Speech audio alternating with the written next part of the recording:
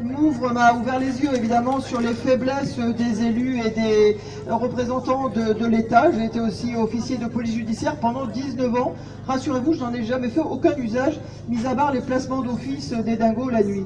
Voilà, donc ça reste assez limité en termes d'efficacité sur le terrain, quelles étaient mes fonctions à ce niveau-là. Voilà, en tant qu'élu en responsabilité de tout ce qui touche à l'environnement et au développement durable, j'ai effectivement vu la vulnérabilité des élus.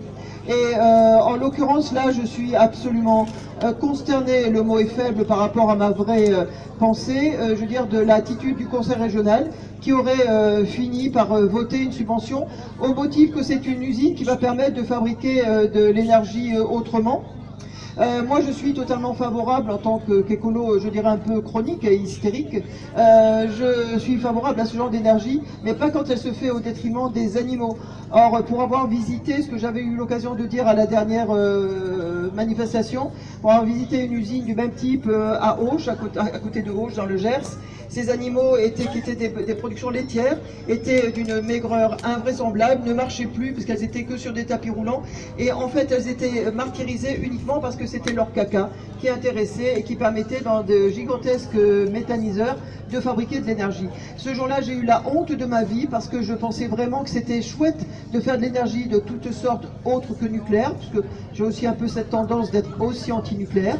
Et là, ce jour-là, j'ai eu très honte et j'ai compris qu'on pouvait faire n'importe quoi. Mais en plus, le faire avec de l'argent public, comme ça s'annonce pour maintenant, c'est pire que tout. C'est-à-dire que je pense que c'est également, pour moi, un des facteurs d'illégalité de l'installation qui, j'espère bien, ne verra pas le jour localement.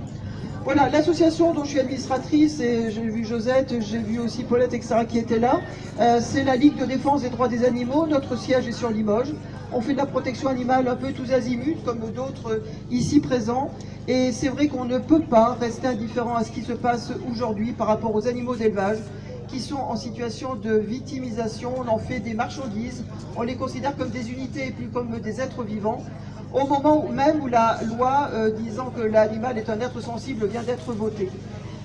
Je pense également que pour ceux qui sont poursuivis, moi je serais eux, je serais un petit peu plus zen, encore que j'ai vu qu'ils faisaient preuve de beaucoup d'humour quand même. Parce que d'abord on peut peut-être tous se déclarer solidaires et dire que ben voilà, pourquoi pas nous, on n'était pas impliqués sur le terrain mais on l'était de cœur. Donc il faudrait voir un peu ce que ça peut donner devant la loi que d'affirmer sa proximité et sa complicité finalement avec ce type de démarche. Moi je veux bien qu'on essaye éventuellement cette démarche qui me paraît quand même intéressante.